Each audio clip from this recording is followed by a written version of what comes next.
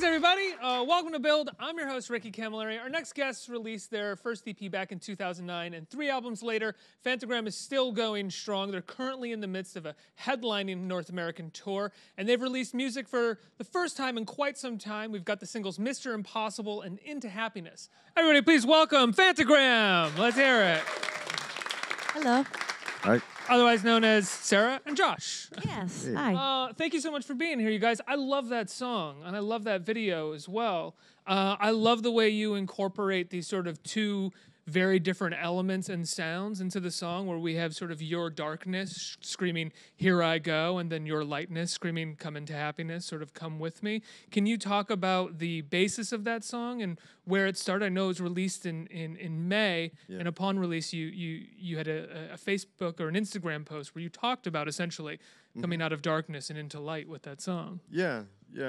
Well, essentially, it's you can interpret the song how you wish, but it's really a bittersweet song about being gone all the time. We're always on tour, and really, having a good time and wishing somebody could be there with you that isn't there. That's basically, all I would like to say about it. Is "Here I Go" kind of like that feeling of like, I'm leaving now, I'm going on tour, I'm out of here? Yeah, like here I go, there I am, I'm boom, boom, just everywhere, What is that like? I mean, you guys were touring. You took a little break for a while, right, from touring? But prior to that break, it was a straight few years of touring, sort of like a young band does. Yeah. What was that period of time like for you guys, both as creatives and as people? I mean, we experience so much. We see so many different places, meet so many different people. So we grow a lot during that time, as well as our time off. We're continuing to travel and do all the things that we have to do as a band. We're always working, so. Do you guys write songs while you're touring as well, or? Yeah, we try to. Yeah, I can't. I can't focus. I need like a specific space that's very particular with it, and or else my mind won't be able to go there. It's very distracting on tour for me to find that space. Yeah. But Josh makes beats all the time on tour, and then we use those beats for the next, whatever we're going to be writing at home. Yeah, I try to write lyrics and, play guitar and stuff, but it really depends, Right. I mean, you can sort of dink around and play on your instruments, but you can't really focus and craft like a full song, I would imagine. Yeah, well, we have before, but often, you're just so busy on tour, you got to be doing this, that, and the other thing. You have sound check, you might have an interview, things like that. He's saying that I'm taking him away from songwriting right now. Yeah, I apologize. Exactly. Let this one slide. You guys, normally, you're from upstate New York, right? Like by Saratoga Springs, that area? Yep. And you've recorded most of your music up there. You have a place in a barn that you record in. Is that correct? Yeah, we've spent most of our, I guess, beginning of Phantogram in upstate New York. We wanted to be that band who was like, let's move down to the city and eat tuna fish out of a can and just struggle. But we had the space in upstate, and it was a barn, and it had privacy, and we could make noise whenever we wanted to. It was freezing cold in the winter and so hot in the summer, but we didn't care.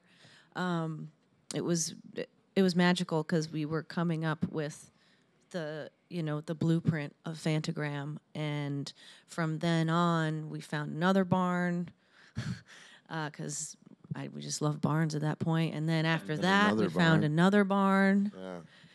And now we've the blueprint was three barns, basically. The blueprint of Phantogram. Rolling hills, beautiful, just landscape, no one to distract us, and our music. So. that was kind I'll of take that over tuna fish in a can in the McKibben Lofts or something. You know, Yeah, that's a lot me nicer. too.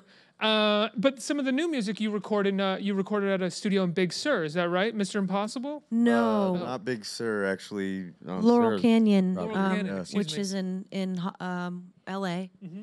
It's like the historical canyon where Joni Mitchell and Jimi Hendrix and you name it, all these The Birds, incredible right? the Like Birds. the '60s sound of. Yeah, I think the Beatles stayed there when they were in L.A. So it's a super historical kind of. You can feel the magic there, and we ended up writing and kind of using the same idea that we built in a barn on the East Coast, and we kind of turned that little studio into our West Coast side.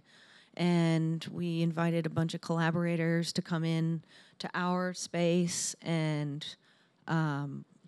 it was such a beautiful experience because it definitely brought us back to our roots and the way Phantogram started. So we had a blast doing Was it. that an intentional thing where you felt like you had to shake things up, or was it just sort of an organic? You're recording, might as well bring people in. I think we wanted to have that space again, to our think tank that we know Josh and I work really well together. So we just wanted to kind of feel, have our own little Laurel Canyon experience with bringing artists in, and people would come in and hang out. We'd listen to music. We'd write. We were the Laurel Canyon It was like our, the rebirth of rebirth what was going on in the late '60s or whatever. We have. in our own little way. Yeah. Yeah. I mean, no one needs an excuse to hang out in Laurel Canyon. It's really beautiful. Really Gorgeous cool. there. Yeah. Did you find that you were at a creative impasse and you needed something like that, or? No, not personally. I don't think Sarah felt that No. way either. But we ended up moving to LA, I think, just naturally because all my stuff was in storage in Brooklyn, and we were on tour forever. It was November and warm outside. I'm wearing a T-shirt, so I ended up staying in LA. So. I just started Airbnb-ing and all that, and we've been out there for about 5 years now. But I really just love our studio in Laurel Canyon because it is kind of like a barn, and it reminds us of our East Coast, Northeast upbringing. Was 3 recorded in L.A. or was that in upstate New York? That was recorded in L.A. as well. Oh, really? Yeah, in Echo Park.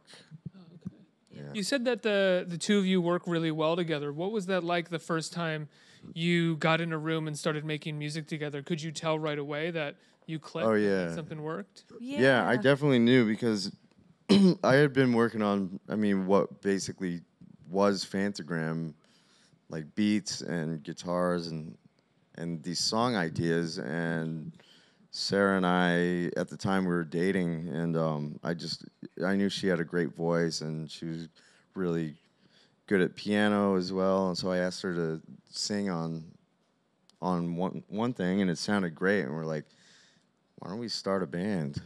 And we did, and we just went full steam ahead. Yeah, we hit the ground running. Yeah. Now, the first EP was 2009, right? And I remember in 2008, 2009, living in Brooklyn, synth pop and chill wave was like the new thing, Right, and it was really amazing. It felt like only a few people were kind of listening to it, and then all of a sudden, by 2013, it just became music. That's what everybody was like. No matter what genre of music, you were incorporating some element. I mean, Taylor Swift's 1989, right? Is that the album? Yeah, It was like a weird synth pop album that was like, I mean, not weird, but like it was weird that she was doing a synth pop album. At the time. We used to describe our band as electronic at that point. Yeah. Which now, it doesn't help. What has that been like, though, to watch this sound that I'm sure when you first became obsessed with it and incorporating it and working with it, it felt like it was yours. And you were some of the only people who sort of knew and cared about it, explode and become something that the biggest pop stars in the world reference. Right. Well, I think we always try to stay ahead of the curve as a band, and we're not just a synth pop band. We're very experimental. We chop up samples and do all kinds of things. So our goal is to just always maintain our artistic integrity and create boundary-less music, and just keep driving forward, making whatever we want. How do you go about finding samples? Is it just sort of a natural occurrence for you? It's pretty natural. I mean, I try to listen to as much music as possible. And what are you listening to right now? Right now, I mean, I'd have to look at my phone. Same. I blank when people ask me that too. Yeah. Oh, is the last thing cool? No. Okay, what was the thing before that? Yeah. No, it could be the Beastie Boys or Jimi Hendrix. I don't know. I listen to everything. Right. Do you guys bring stuff into the studio that you're listening to and be like, listen to this thing. How does it inspire you? What do you think? Can we do something not necessarily like that, but like, what do you think about this? Yeah, we talk about what we've been listening to. I mean, we turn each other onto different bands that either old or new that we might not be paying attention to. Yeah. Like Sarah will call me and be like, "Yo, check out the new Tierra Whack record," and I'll be like, "You got to listen to Remain in Light over and over again." Like, just get inspired by different things. So we're always kind of bringing things to each other. Talk to me about Mr. Impossible. Where did this song come from? Well, the title of the song, I often like to just write down cool idea titles for songs. So that was an idea that I came up with like 10 years ago. And then started making a beat. And we're working together and just brainstorming about all this psychedelic kind of imagery, like... Josh had this old sample too that it's in the beginning that we wanted to do something with. It was old. It's in this folder. I have this folder of all of Josh's beats that he like hands them off to me because he's like, I don't know what to do with this, but it's so interesting and like so excited that it actually made the song. And then Josh made this simple beat. We wanted to kind of hone in on like the old school Phantogram, I guess. And what does that mean to you? How would you define that if you had to? Just bumping. You want to do this. I don't know. That was the vibe of it. I pictured people in the audience just wanting to just with strobes and everyone's freaking out. That because we work very visually. So, and then I found an awesome synth bass and just kind of messed with it with the what do you call it? Pitch bend. And it just kind of turned the song into something even darker and heavier and grimier, and along with Josh's voice and I don't know. It's just like it's dark and old school Phantogram, but psychedelic and futuristic and fresh and new. Yeah. Do you guys have someone in mind when you think of the Mr. Impossible? Well, I always think of just a person that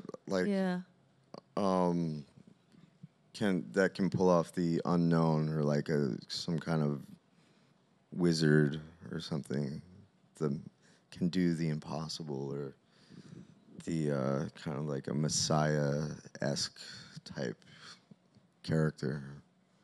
That's cool. Yeah. That's awesome. Is it? I don't know. Do you ever look at the guy? I mean, yeah. He looks impossible. But he's got like a sinister sort of like... Yeah. Like a cookie cutter 1950s sinister bottom half, and then in his head is everything that is kind of destructive. Impossible. Mr. Impossible. Right. Yeah. How long does it normally take the two of you to craft a song? I mean, I imagine it varies, but what's the longest it's taken for a song, and what's the shortest amount of time? Oh, my God. Well... I think When I'm Small was written in like... 15 minutes. Yeah. Yeah. Mouthful of Diamonds was basically written in a half hour. But we've taken like a year to write other songs. Yeah. Years as well. There's a new song that will be coming out somewhat soon that we've been trying to figure out for about 10 years. Since we started. Yeah. But we figured it out.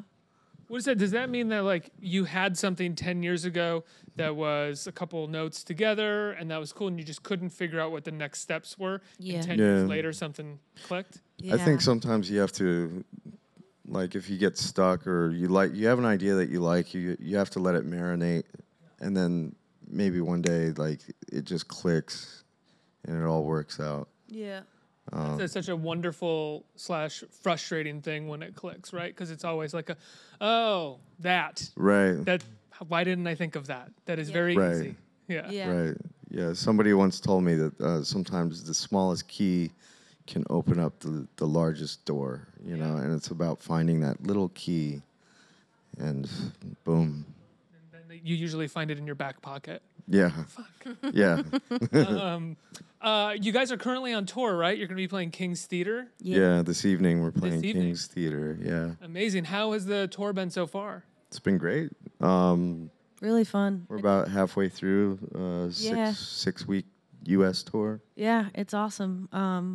Considering our new album that will be coming out soon isn't out, and people are still wanting to come see our show. It says a lot. I think our fans are true fans, and we always put on a good show, so it's all positive. It's great.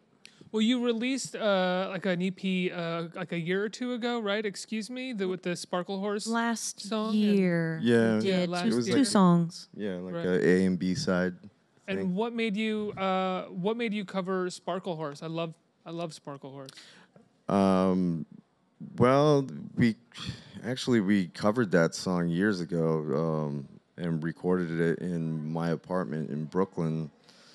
I don't know, 7 years ago or something like that. But we wrote a new song, and all the proceeds go to the AFSP and. Suicide for suicide prevention. Yeah. Yes, yeah. And we found it to be a very fitting B-side to the new song that we wrote, considering Mark Linkous took his own life, and you know, that stuff relates very closely to us. That's incredible. How did you get involved with, or what made you want to release an EP at that time?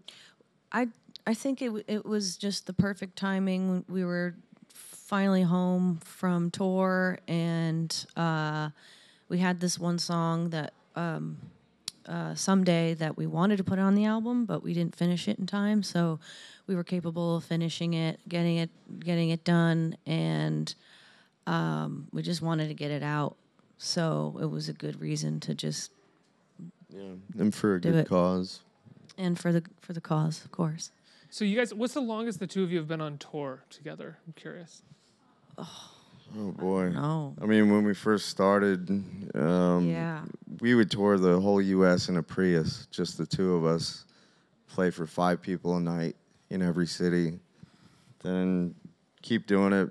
There's like 15 people the next show, 50 the next time, and just very grassroots kind of homegrown band that I kind of take pride in, because I don't think a lot of bands really know what that's like anymore. Things kind of work out a little differently with people blowing up on the internet quicker and stuff like that. So yeah, I don't know, the first round of tours probably lasted like 2 years straight. Yeah. Yeah, like we just great. we didn't know how to say no, which isn't always the healthiest thing, but it definitely got us to where we are. Yeah. We still have a hard time saying no. Yeah. Hence, you're here with me. Yeah. How do you maintain? I'm always curious how bands. I mean, you have a band of a number of people, but just 2 people on tour for an extended period of time. How do you maintain pleasantries? How do you not get on each other's nerves? I mean, we are best friends. We grew up together, so we are basically. I mean, we call ourselves psychic twins. We collaborate and write fun, beautiful music, and our relationship is just the same. It's like, I don't know. It's And we joke a lot too. We have a lot of jokes. We seem serious, Yeah, but like really on the side, we're really goofy people. Yeah, so. and our bandmates as well. We're all very good friends, and we laugh a lot. Right. That's the only way to really do it, right? I can't even imagine if we took ourselves so seriously on tour. I mean, we just goof off all the time. There's a question coming in from Twitter. It's from Julie Amabelli, I think her name is. Beyond excited for new Phantogram tunes, what's your favorite song to perform live? What's the most difficult one to perform? Ooh, favorite song. Favorite song? That would be... it kind of just depends on the night and what we're feeling. I mean, we're capable of the songs have more than one meaning. So if I'm really pissed off at someone, I really love to sing "Mouthful of Diamonds." That's my jam right now. Who are you pissed off at? Not you. Thanks. Let's just Good. leave it at that. And the most difficult would have to be our new song. That can I say the name of it? It's called Ceremony. Yeah, one of our new songs. Is that influenced by, I imagine, not New Order's Ceremony at all? It's not. It's not actually, but it's a really cool song. It's more of like a almost Mogwai, Godspeed You Black Emperor kind of build crescendo, but with a beat, with a break with beat, a cool break beat, and then it goes into like this krautrocky kind of thing. But yeah, it's a lot of juggling around. Sarah's singing her butt off. I don't know if I can cuss. Yeah, you can. Okay. Say it then. Fucking ass off, and I'm playing the sampler, so I have to memorize all these different things, and then trigger the sampler to keep going, and then I get on guitar, and yeah. Nick, one of our players, is playing synth, and then goes to live bass guitar, so it's a lot of juggling, but it's a lot of fun. Yeah. A couple questions from the audience. Who's a question right here? Hi. Hi. Hey. I was wondering, are there any artists you're hoping to collaborate with in the future? Yeah, Beck and Trent Reznor. Boom. I actually heard, when we were talking in the green room, we were talking about barking dogs, and I had mentioned, I heard Peter Gabriel in your voice, but one of the things that I also heard in there a little bit was some of Reznor a little bit, just in the sort of like the minor keys playing a little bit in the background. Reminded me of some of his more recent stuff off the EPs. Yeah. Cool. Well, I'll take it. Yeah. One more. Hi, my name's Robert. And, Hey, Robert. how are you doing today? Good. Good. How are you? Good. The last album, 3, was a little bit of a darker album for you guys. Based on the first 2 singles off this new project, is this going to be more upbeat? No. I think all of our albums are very dark, and I think that's just kind of what we gravitate towards with writing and sounds and everything. So, no, there's. Don't worry, you will be crying again and again. Well, that's it, though. There is a darkness, but I also think that you guys really enjoy a good beat and getting people kind of dancing and excited while at the same time exploring darkness. Totally. Yeah. I think a lot of our sound in general is about juxtaposition, so mixing darkness with music that makes you feel good, energetically, is that a word? And, and even with crossing genres and everything, it's all about contrast, and I think that's what makes Phantogram, really. Yeah, the light at the end of the tunnel feeling. Yeah. Yeah. There's a little bit of hope. Yeah. Absolutely. Guys, I love the new stuff, Mr. Impossible and Into Happiness. Thank you. As we said, they're currently on tour across North America. You have how many more weeks left? 3, I believe. 3 weeks. So, Something. yeah, check out the website. Check out for tickets. Everybody give Phantogram a huge round of applause for being here. Let's hear it. Thank you. Thank you.